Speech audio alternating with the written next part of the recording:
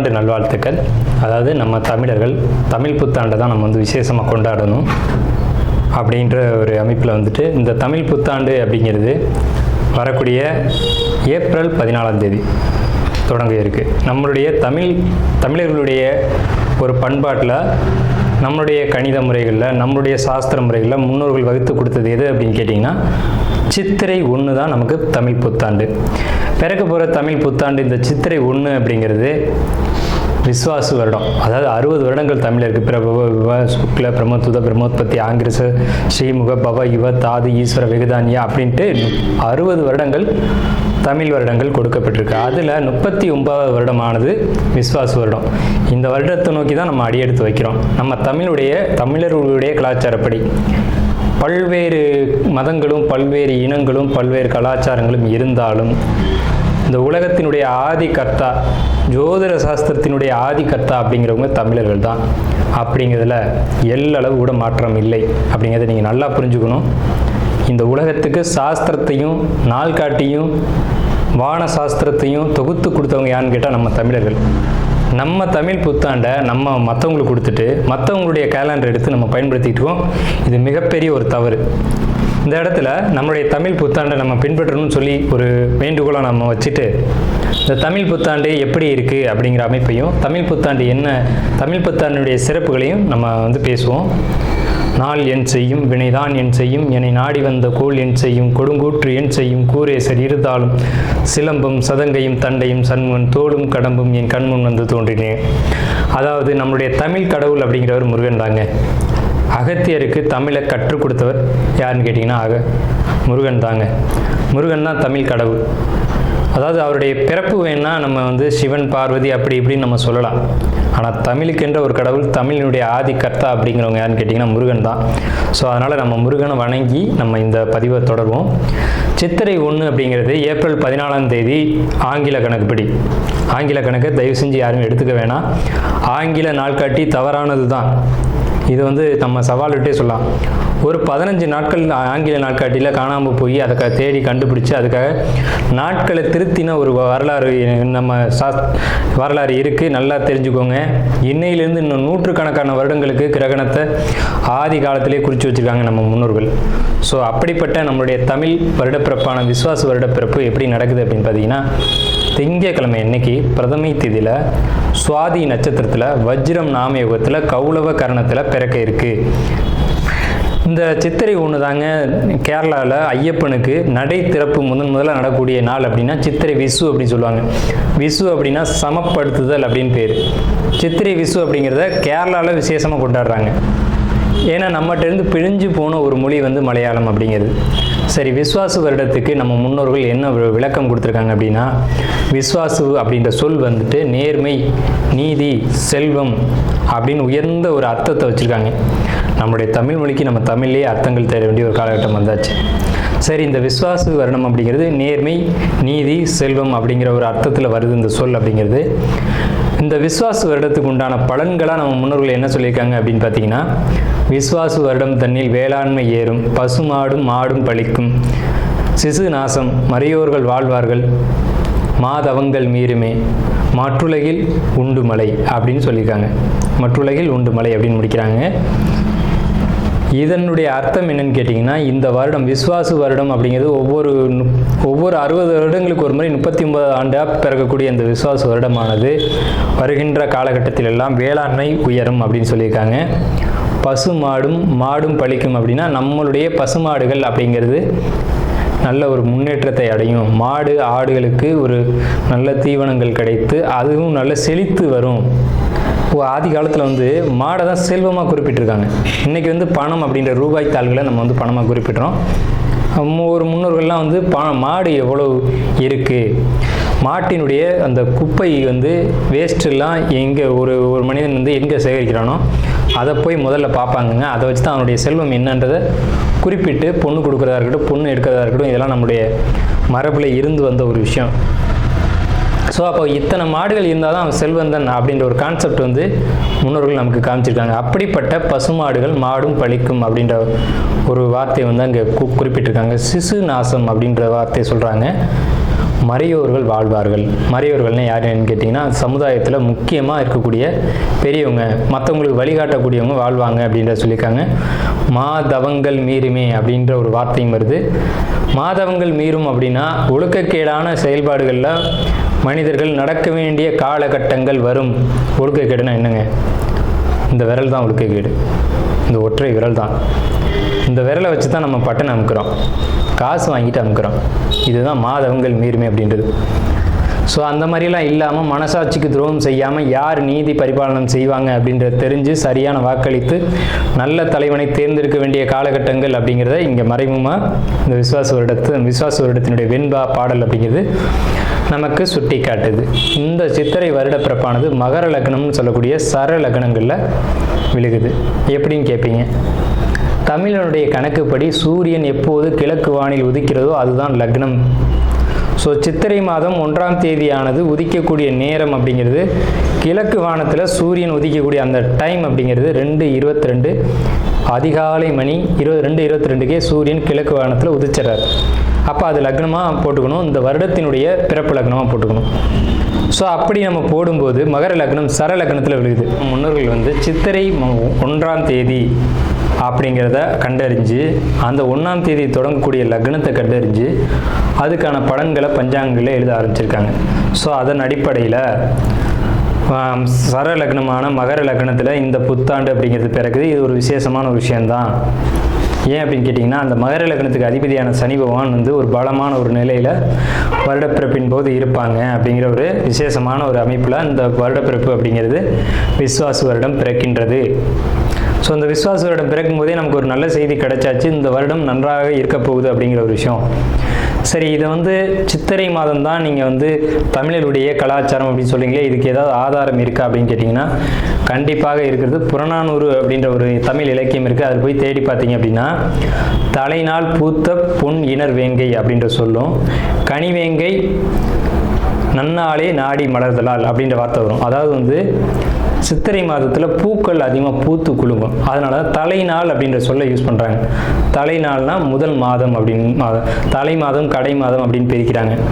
கனிவேங்கை நாடி மலர்தலால், கனிவேங்கை நல்லான் நாடி மலர்தலால், அந்த பூக்கள் பூக்கிறதுனால அந்த கனிவேங்கை மாதம் அப்படிங்கிறதையும் தலைநாள் பூத்த பொன் இணர் வேங்கை அப்படின்ற சொல்லும் புறநானூறு அப்படின்ற இலக்கியத்தில் தமிழ் மாதம் முதல் மாதம் சித்திரை மாதம்ன்ற குறிப்பீடு அங்கே இருக்குது.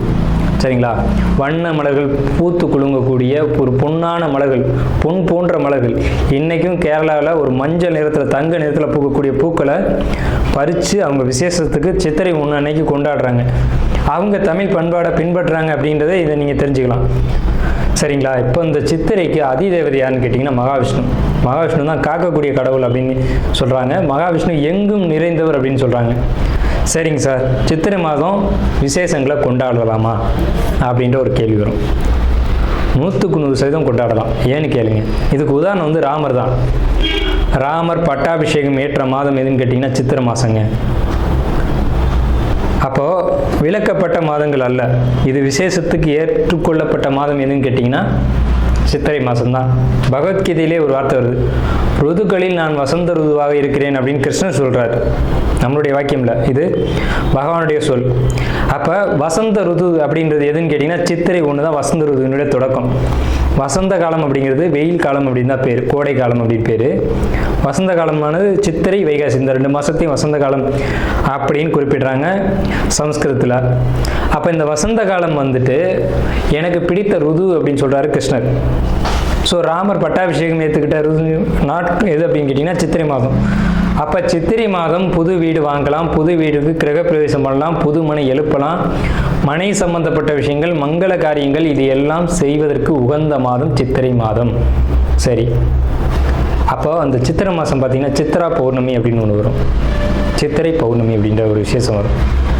சூரியன் மேசத்திலும் சந்திரன் துலாத்திலும் இருந்து சித்திரை நட்சத்திரம் வருகின்ற நாளில் பௌர்ணமி திதியானது உதிக்கும். ஒவ்வொரு தமிழ் மாதத்துக்கும் குறிப்பிட்ட நட்சத்திரத்தில் தான் பௌர்ணமி திதி வரும். அந்த திதி எந்த காலகட்டத்திலையும் மாறாது. அதனால தமிழர்கள் ரொம்ப நுட்பமானவர்கள் நம்ம சொல்கிறோம். வைகாசி மாதம் அப்படின்னு எடுத்துக்கிட்டோம்னா அந்த மாதத்துக்கு பேர் வைகாசின்னு ஏன் வந்தது அப்படிங்கிறது தெரியணும். விசாக நட்சத்திரத்தில் பௌர்ணமி உதிக்கும். மேச ராசியானது மே மாதம் நம்ம மேச ராசின்னு சொல்கிறோம், மேடத்தை மே அப்படின்னு சொல்கிறோம். நம்மக்கிட்டேருந்து எடுத்துக்கொண்ட ஒரு வார்த்தை ஆங்கிலத்தில். மேடம்ன்ற சொல்ல மேஷம், மேடம்ன்ற சொல்ல மே அப்படின்னு திரிச்சிருக்காங்க. இவ்வளோதான் விஷயம், சரிங்களா? மேடம் நம்ம குறிப்பிட்றோம் ராசியில், அதை மே மாதம் அவங்க குறிப்பிட்றாங்க. அப்போ இந்த பருவ காலத்தில் மே மாதம் வரக்கூடிய இந்த சித்திரை நட்சத்திரத்தில் தான் சித்திரை மாதம் பௌர்ணமி உதிக்கும். முழு நிலா, பெரிய நிலா உதிக்கும். சந்திரன் வந்து ரொம்ப பிரகாசமாக இருக்கக்கூடிய பௌர்ணமி திதியானது முதல்ல உதிக்கிற மாதம் சித்திரை மாதத்தில் தான் அவ்வளோ முழு நிலாவாக ஒலிக்கும். இந்த சித்ரா பௌர்ணமி அப்படிங்கிறது சித்திரகுப்தனுக்கான விசேஷ நாள். சித்திரகுப்தன் யாருங்க? யமனுடைய பிஏ, யமனுடைய கணக்காளி, யமனுடைய பணியாளர். இவரை வந்து இந்த மாதத்தில் விசேஷமாக கொண்டாடுறாங்க. நம்மளுடைய முன்னோர்கள் இறந்தவங்க இருக்காங்க அப்படின்னா அவங்க நல்ல ஆத்மாவா கெட்ட ஆத்மாவான்னு கணக்கு எழுதக்கூடியவர் சித்திரகுப்தன் தான். அந்த கணக்கு அவர் எழுதுறதுனால தான் சித்ரா பௌர்ணமி அன்னைக்கு நம்ம முன்னோர்களை கொண்டாடி விசேஷமாக வழிபாடு செய்கிறோம். தை 1 தமிழ் புத்தாண்டுன்னு கொண்டு வந்தாங்க. அதை முழுமையாக ஒரு வருடம் கூட அவங்களால கடைபிடிக்க முடியல. இன்னொரு வரைக்கும் அதுக்கான சரியான கணக்கீடுகளை அவங்களால கொடுக்க முடியலை. வார்த்தைக்கு தை 1 தான், இது வந்து நாங்கள் ஆதாரத்தை கண்டுபிடிச்சிட்டோம், எங்கள்கிட்ட இது இருக்குது அது இருக்குது அப்படின்லாம் சொன்னாங்க. ஆனால் ஒரு தெளிவான ஒரு விஷயத்தை அவங்களால கொடுக்க முடியல. அதுக்கான ஒரு காலண்டரையோ நாட்காட்டியோ அவங்களால கொடுக்க முடியல. சித்திரை 1 தான் தமிழர்களுக்கான புத்தாண்டு. அந்த புத்தாண்டை விசேஷமாக கொண்டாடணும். எப்படிலாம் கொண்டாடலாம் சார்? எப்படி கொண்டாடலாம்? சித்திரை மாதத்துக்கு முத நாளே அதுக்கு நம்ம தயாராகணும். நம்மளுடைய பாரம்பரிய உடைகளை அன்றைக்கி அணியணும். என்னது நம்ம பாரம்பரிய உடை அப்படின்னு கேட்டிங்கன்னா, தும்பப்பூ மல்லு வேட்டின்னு கேள்விப்பட்டிருப்பீங்க. மல்லு வேட்டி வந்து தும்ப நிறத்தில் தாங்க இருக்கும். தமிழருடைய உடை அப்படின்னு எடுத்துக்கிட்டிங்கன்னா, நம்ம வந்து வெயிலில் இருக்கக்கூடியவங்க, விவசாயம் பண்ணக்கூடியவங்க, உழைக்கக்கூடியவங்க, நமக்கு வந்து மல்லு வேட்டி தான் ஒத்து வரும். இந்த இப்போ கலாச்சாரம் மாறிடுச்சு, என்னென்னவோ உடைகள் அணிகிறாங்க. அதெல்லாம் நமக்கான உடை கிடையாது. தும்பப்பூ மல்லு வேட்டி தான் நமக்கான உடை. அப்போ இந்த மல்லு துணியை தான் நம்ம வஸ்திரத்தை அணியணும். மேல் சட்டை போடக்கூடிய வழக்கம் நம்மளுடைய கலாச்சாரத்தில் கிடையாது. அப்படி போடுறது ரொம்ப தவறான விஷயம். நம்ம தவறான விஷயத்தை நோக்கி போய்கிட்டுருவோம். ஒரு ஊசியில் குத்தி ஒரு துணியை நெஞ்சு நீங்கள் போட்டிங்கன்னா நீங்கள் தமிழர்களே கிடையாது. உறுதியாக சொல்லுவேன். வெறும் துணியை நூலில் கோக்காமல் அணிகிறவன் தான் உண்மையான தமிழன். இதை மறுத்து பேசவே முடியாது. இதுதான் உண்மையான வரலாறு. அதாவது ஒரு துணியை எடுத்து அப்படியே உடலில் சுற்றிக்கணும், அவன் தான் தமிழன். மேல் அங்கம் வந்து வஸ்திரம்ன்ற துண்டும், அது எவ்வளோ பெருசாக வேணாலும் இருக்கலாம், அது சின்னதாக வேணாலும் இருக்கலாம். அது அவங்களுடைய வசதியை பொறுத்தது. ஆனால் சுத்தமான மல்லுவாக இருக்கணும். மல்லுன்றது பருத்தி நூலால் செய்யப்பட்டது. நம்ம வந்து பருத்தியை உற்பத்தி செய்யக்கூடியவங்க. நம்ம நிலத்தில் தான் பருத்தி உற்பத்தி ஆகும். அதுக்கான சரியான மண் வந்து தமிழர்களுடைய மண் தான். உலகத்துக்கே ஆடையும் சாஸ்திரத்தையும் கற்றுக் கொடுத்தவங்க யாருன்னா தமிழன் தான். ஸோ இந்த மாதிரி பாரம்பரிய உடைகளை அணிஞ்சு நம்ம விசேஷத்தை கொண்டாடணும். பச்சடி செய்வாங்க அன்னைக்கு, சித்திரை 1 அன்னைக்கு பச்சடி செய்வாங்க. இன்றைக்கெலாம் யாருமே செய்யறதில்ல. வேப்பம்பூ பச்சடி, மாங்காய் பச்சடி இதெல்லாம் செய்வாங்க. அது ரொம்ப இனிமையாக இருக்கும். வேப்பம்பூ எப்படி சார் இனிமையாக இருக்கும்? செய்வாங்க சார், அதை இனிப்பாக செய்ய முடியும். பச்சடி செய்வாங்க. அன்னைக்கு அந்த உணவை எடுத்துக்கணும். வேப்பம்பூ ரசம்லாம் வச்சு அன்றைக்கி சாப்பிடுவாங்க. அவ்வளோ ருசியாக இருக்கும். அந்த நாளில் அந்த உணவை தான் எடுத்துக்கணும்னு நமக்கு முன்னோர்கள் சொல்லியிருக்காங்க. அதை தவிர்த்து நீங்கள் போகிறது அப்படிங்கிறது ஒரு சிறப்பான விஷயம் கிடையாது. சரி, நம்ம வந்து இந்த 39ஆவது ஆண்டில் இருக்கோம். கலியுகாதி வருஷம் 5127ஆவது ஆண்டு இந்த விசுவாச வருடம் பிறக்குது. இந்த ஆண்டினுடைய ராஜா மந்திரி அப்படிங்கிறது சூரியன். இந்த ஆண்டினுடைய ராஜா மந்திரி அப்படிங்கிறது சந்திரன். அர்க்காதிபதி சூரியன், மேகாதிபதி சூரியன், சஸ்யாதிபதி குரு, சேனாதிபதி சூரியன், ரசாதிபதி சனி. இந்த ஆண்டினுடைய ராஜா அப்படின்னு சொல்லக்கூடியவர் சந்திரன் பலமாக இருக்காங்க. இந்த ஆண்டு தொடக்கத்திலே பலமாக இருக்காங்க. சனி பலமாக இருக்காங்க. சூரியன் பலமாக இருக்காங்க. சூரியன் எப்போவுமே வருஷ ஆண்டு பிறப்பு அப்படின்னாலே சூரியன் பலமாக தான் இருப்பார். அது என்ன ஸ்பெஷல்னு கேட்டிங்கன்னா, அந்த வீடு வந்து எந்த ஒரு பலகீனமும் அடையாமல் இருக்குது. மேசராசி. சஸ்யாதிபதி குரு அதீத பலத்தில் இருக்கார். எப்படின்னு கேட்டிங்கன்னா, பரிவர்த்தனை யோகத்தில் குரு சுக்கிரன் பரிவர்த்தனையில் தங்களுடைய வீடுகளை மாற்றிக்கிட்டு, பகைக்கிறவங்கள் தான் குரு சுக்கிரன், ஆனால் தங்களுடைய வீடுகளை பரிமாற்றம் செஞ்சுக்கிட்டு நல்ல ஒரு பலமான நிலையில் இருக்காங்க. இந்த வருஷம் மழை வந்து ரொம்ப அற்புதமாக பெய்யும். சகல ஜீவராசிகளுக்கும் உணவுகள் தட்டுப்பாடு இல்லாமல் கிடைக்கும். ரொம்ப பெரிய ஒரு அற்புதமான விஷயம். அன்னதானங்கள், கோயில் விசேஷங்கள் சிறப்பாக நடக்கும். ஆனால் அந்த புனித யாத்திரைக்குள் போகக்கூடியவங்களுக்கு இந்த விஸ்வாச வருடம் அவ்வளோ சிறப்பாக இல்லை. அங்கே சில நெருக்கடிகள், தொந்தரவுகள் இருக்கலாம் அப்படின்ற ஒரு சின்ன மைனஸ் மட்டும்தான் இருக்குது. அதே நேரத்தில் உணவு உற்பத்திகள் அப்படிங்கிறது அதிகரிக்கும். மழை நல்லா பொழியும். அணு ஆயுத உற்பத்திகள் அதிகமாக இருக்கும். ஆயுதங்கள், இரும்பு, எஃகு போன்ற விஷயங்களுடைய உற்பத்தி அதிகரிக்கும். மருத்துவத்தில் இந்திய தேசம் முதலிடத்தை வகிக்கும். வட மாநிலங்களில் வெள்ள பாதிப்புகள் ஏற்படும். மின்சார தடைகள் அடிக்கடி ஏற்படும். பேட்டரி வாகனங்கள் அதிகரிக்கும். பெரும்பாலும் இந்த பெட்ரோலியம் சம்மந்தப்பட்ட வாகனங்கள் அப்படிங்கிறது குறையும். தங்கம், வெள்ளி உளைச்சல் அப்படிங்கிறது உச்சத்தை அடையும். விலை உச்சத்தை அடையும். தங்கம், வெள்ளியை பொறுத்த வரைக்கும், ஆபரணங்களை பொறுத்த வரைக்கும் விலை உச்சத்தை அடையும். ஆனால் விலையும் அதிகம் அடையும் போதெல்லாம் அந்த விற்பனையும் அதிகமாகும். நல்ல லாபங்கள் கிடைக்கும். அதிகமாக தங்க நகைகளை வாங்கி அணியக்கூடியதும் சேமிக்கக்கூடியதும் இந்த ஆண்டு மக்கள் செய்வாங்க. சுரங்கம், பெட்ரோலியம், கிணறு இதை பொறுத்த வரைக்கும் விபத்துக்கள் ஏற்படுத்தி கொண்டே இருக்கும். பெண்களுக்கு அவமரியாதைகளும் பாலியல் தொந்தரவும் நடைபெறும். இது ஒரு மைனஸ் தாங்க. பூச்சி, கருவண்டு இந்த மாதிரியான விஷயங்கள் அதிகரிக்கும். வெங்காயம், தக்காளி, பூண்டு, மாங்காய், புளி இதனுடைய உற்பத்தியும் அதிகமாக இருக்கும். விலையும் அதிகமாக இருக்கும். மனிதர்களுக்கு இந்த நடைப்பயணம் போகக்கூடியவங்களுக்கு மட்டும் கொஞ்சம் தொந்தரவுகள் இருக்குங்க. இது இந்த ஆண்டினுடைய பலனாக இருக்குது. இந்த ஆண்டு எப்படி கொண்டாடணும் அப்படின்றத பற்றி நம்ம பேசணும், சரிங்களா? அப்போ அந்த நாளில் புத்தாடைகள் அணிஞ்சு விசேஷமாக நம்ம அதுக்கு முத நாளே தயாராகிடணும். சித்திரை கனி காணுதல் அப்படின்னு சொல்லுவாங்க. சித்திரை கனி காணுதல் தமிழர்களுடைய ஒரு மரபான பண்பாடு. இந்த சித்திரை மாதத்துக்கு முத நாளே அதுக்கான ஏற்பாடுகள்லாம் செஞ்சு வச்சுட்டு நீங்கள் அடுத்த நாள் புத்தாண்டு பிறக்கும்போது அந்த சித்திரை கனி காணுதலோடு நீங்கள் தொடங்குனீங்க அப்படின்னா இந்த புத்தாண்டு ரொம்ப பெரிய விசேஷத்தை உங்களுக்கு கொடுக்கும். நீங்கள் 12 ராசிகளில் எந்த ராசியில் பிறந்திருந்தாலும் உங்களுக்கு ஏற்றம் தான் அப்படிங்கிறதுல மாற்றுக்கிறதுக்கு இடமில்லை. 12 ராசிகளுக்கும் யோகத்தை கொடுக்கக்கூடிய ஒரு ஆண்டு தான் இந்த சித்திரை புத்தாண்டு பிறப்பு, விஸ்வாச வருட பிறப்பு. விஸ்வாசு அப்படின்னாலே விஸ்வாசம் அப்படின்ற சொல்ல ஒரு தெரிந்த சொல்ல தான் நம்ம பார்க்குறோம். நேர்மையாகவும் மக்கள் செயல்படுவாங்க, நீதியோடு நடந்துக்குவாங்க. நீதி என்னன்றது தெரியும். தலைமையில் இருக்கக்கூடியவங்களுக்கு கொஞ்சம் தொந்தரவுகள் வரும். தலைமை அப்படின்னா உங்களுக்கு தெரியும், அரசாங்கத்தில் அரசியலில் இருக்கக்கூடியவங்களுக்கு தொந்தரவுகள் வருது அப்படிங்கிறதெல்லாம் மாற்றுக்கிறதுக்கு இடமில்லை. இதை பலர் சொல்லலாம், பலர் மறுக்கலாம். நடக்கும்போது சில விஷயங்கள் நீங்கள் தெரிஞ்சுக்கிங்க. புத்தாண்டினுடைய பிறப்பானது சிம்ம மாந்தியில் தொடங்குகிறது. அப்போ தலைமையில் இருக்கக்கூடியவங்க யாருன்னு நம்ம குறிப்பிட்டு சொல்ல முடியாது. எல்லாருமே தலைமை தான். அந்த பார்லிமெண்ட்டு, அதே மாதிரி நாடாளுமன்றம், இந்த மாதிரி இடங்களுக்கு போகக்கூடியவங்க எல்லாருமே தலைமை தான். இவங்களுக்கு மட்டும் கொஞ்சம் எச்சரிக்கையாக இருக்கணும் அப்படின்ற காலகட்டம். உடலையும் மனதையும் தைரியமாக பார்த்து கொள்ள வேண்டும் அப்படின்ற காலகட்டம் இந்த விஸ்வாச வருடம். அதே சமயத்தில் நீதி, நேர்மை யாரெல்லாம் கடைபிடிக்கிறீங்களோ உங்களுக்கு இந்த விஸ்வாச வருடம் உங்களை விசுவாசமாக காப்பாற்றும் அப்படிங்கிறதுலையும் மாற்றுக்கிறதுக்கு இடம் இல்லைங்க. ஸோ நம்மளுடைய இந்த வீடியோ பார்த்த அனைவருக்கும் நன்றிகள்.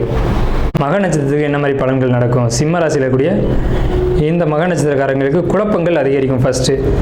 ரெண்டாவது விஷயம், குழப்பங்கள் அதிகரித்தாலும் மூத்தவங்க, பெரியவங்க, நண்பர்கள் இவருடைய சப்போர்ட் கிடைக்கும். அந்த சப்போர்ட் மூலமாக நீங்கள் எல்லா குழப்பங்களையும் வென்று நீங்கள் ஜெயிச்சு வரலாம். அரசு உத்தியோகத்தில் இருக்கக்கூடியவங்களுக்கு ஒரு செக் விழுகும். அது என்ன செக்குன்னு கேட்டிங்கன்னா, லஞ்சம் வாங்கலாமா கூடாதா, வாங்கியே ஆகணுன்ற கட்டாயத்துக்கு நீங்கள் தள்ளப்படுவீங்க. ஆனால் உங்கள் மனசாட்சிக்கு விரோதமாக செயல்படாதீர்கள், அது உங்களுக்கு பாதிப்பை ஏற்படுத்தும். ஸோ மனசாட்சிக்கு உட்பட்டு செயல்படக்கூடிய மக நட்சத்திரக்காரங்களுக்கு இந்த விஸ்வாச வருஷம் வெற்றி தான். இந்த சிம்ம ராசியை பொறுத்த வரைக்கும் உங்களுடைய கேரக்டர் எப்படி இருக்கும் அப்படின்னு பார்த்தீங்கன்னா, ரொம்ப நேர்மையான கேரக்டர். சில சமயங்களில் குழந்தைத்தனமான அமைப்புலையும் நீங்கள் இருப்பீங்க. அதாவது நேர்மை தவறி ஒருத்தர் நடந்துக்கிட்டாங்க அப்படின்னா அவங்கள ரொம்ப மோசமான வழியில், அதாவது அவங்க இருக்கிற பக்கம் கூட தலை வச்சு படுக்காத ராசி யாருன்னு கேட்டிங்கன்னா சிம்ம ராசி தான். அதே நேரத்தில் நேர்மையாக ஒருத்தர் இருக்கார் அப்படின்னா அவர் எந்த நிலையில் இருந்தாலும் அவரை அரவணைச்சு போவாங்க. பணம், காசு, பெயர், புகழ் அதெல்லாம் எதிர்பார்க்க மாட்டாங்க. இப்போ இந்த சிம்ம ராசியில் நிறைய தலைவர்கள், முக்கியமானவங்கள்லாம் அவதரிச்சிருக்காங்க, அது நமக்கு தெரியும். அப்போ அவங்களுடைய மெரிட்டான குணம் பாருங்கள் எந்த அளவுக்கு இருந்தது அப்படின்றது உங்களுக்கு தெரியும். எல்லாம் உலகத்துக்கு தெரிஞ்ச விஷயந்தான்.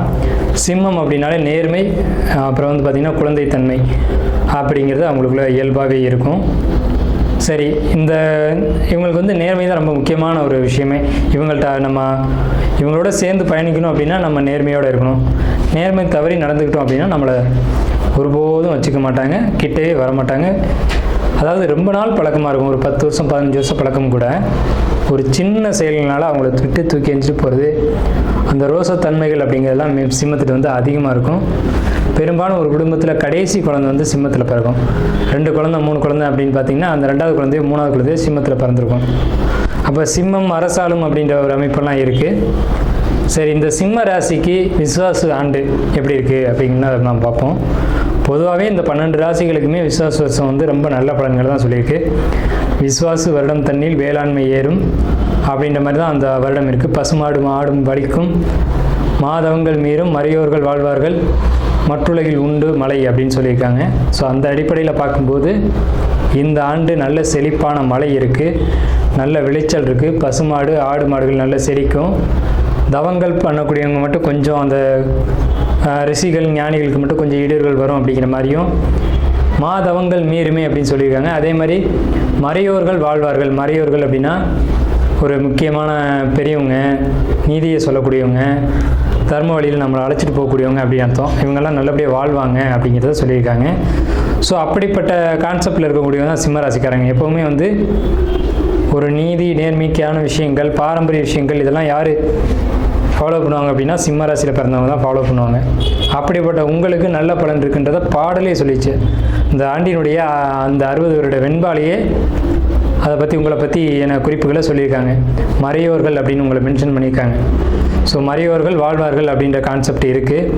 ஸோ அந்த அடிப்படையில் இந்த ஆண்டு கிரக நிலைகளை ஒட்டி நம்ம பார்க்கும்போதும் கிரக நிலைகளும் உங்களுக்கு சாதகமான நிலையில் இருக்குங்க. அதான் ஒரு பெரிய பாசிட்டிவான விஷயம். உங்களுக்கு வந்து இந்த காலகட்டம் வந்து அஷ்டமச்சனி அப்படின்றதெல்லாம் சொல்லிகிட்டு இருப்பாங்க. அப்படிலாம் கிடையாது.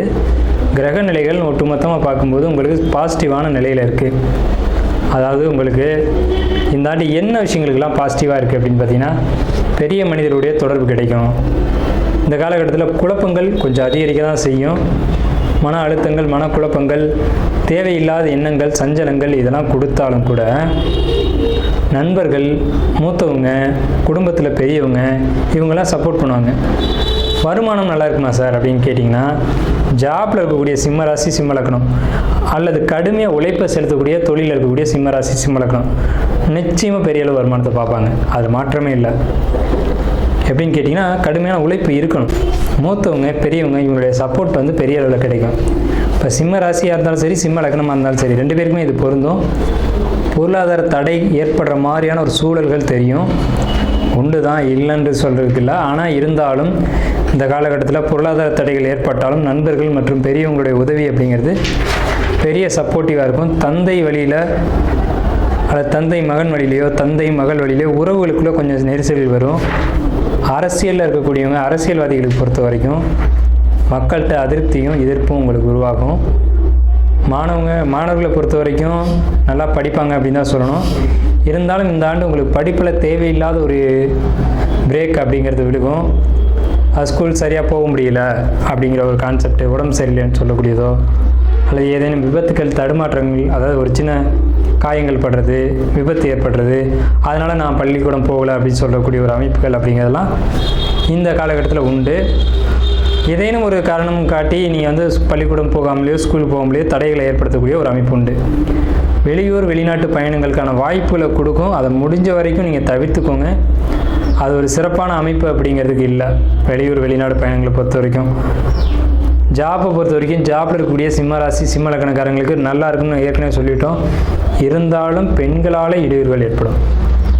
நீங்கள் ஆண்களாக இருக்கும் பட்சத்தில் இன்னொரு பெண்ணால் நீங்கள் வேலை செய்யக்கூடிய இடத்துல நம்ம இவ்வளோ நாள் இருக்கமே, இவர் புதுசாக வந்து நமக்கு தொந்தரவாக இருக்கார், நமக்கு வந்து பாஸ் கொடுக்குற மரியாதை விட இவருக்கு அதிகமாக கொடுக்குறாங்களே, இவங்க வந்து வேலையை அதிகமாக செய்கிறாங்களே, இவங்களுக்கு ஏதாவது இடைஞ்சல்களை கொடுக்கணும் அப்படின்ற மாதிரி யாராவது ஏதேனும் தொந்தரவுகளை கொடுக்கக்கூடிய காலகட்டம் தான் இது. அதில் மாற்றுக்கிறதுக்கு இடம் இல்லை. அதை பொறுத்த வரைக்கும் நீங்கள் உங்களுடைய வேலை உண்டு, நீங்கள் உண்டு அப்படின்னு கடுமையாக உங்களுடைய பணிகளை செஞ்சுட்டு போனீங்க அப்படின்னாவே உங்களுக்கான தொழில் வேலையில் இருக்கக்கூடிய பிரச்சனைகள் அப்படிங்கிறது சரியாகும்.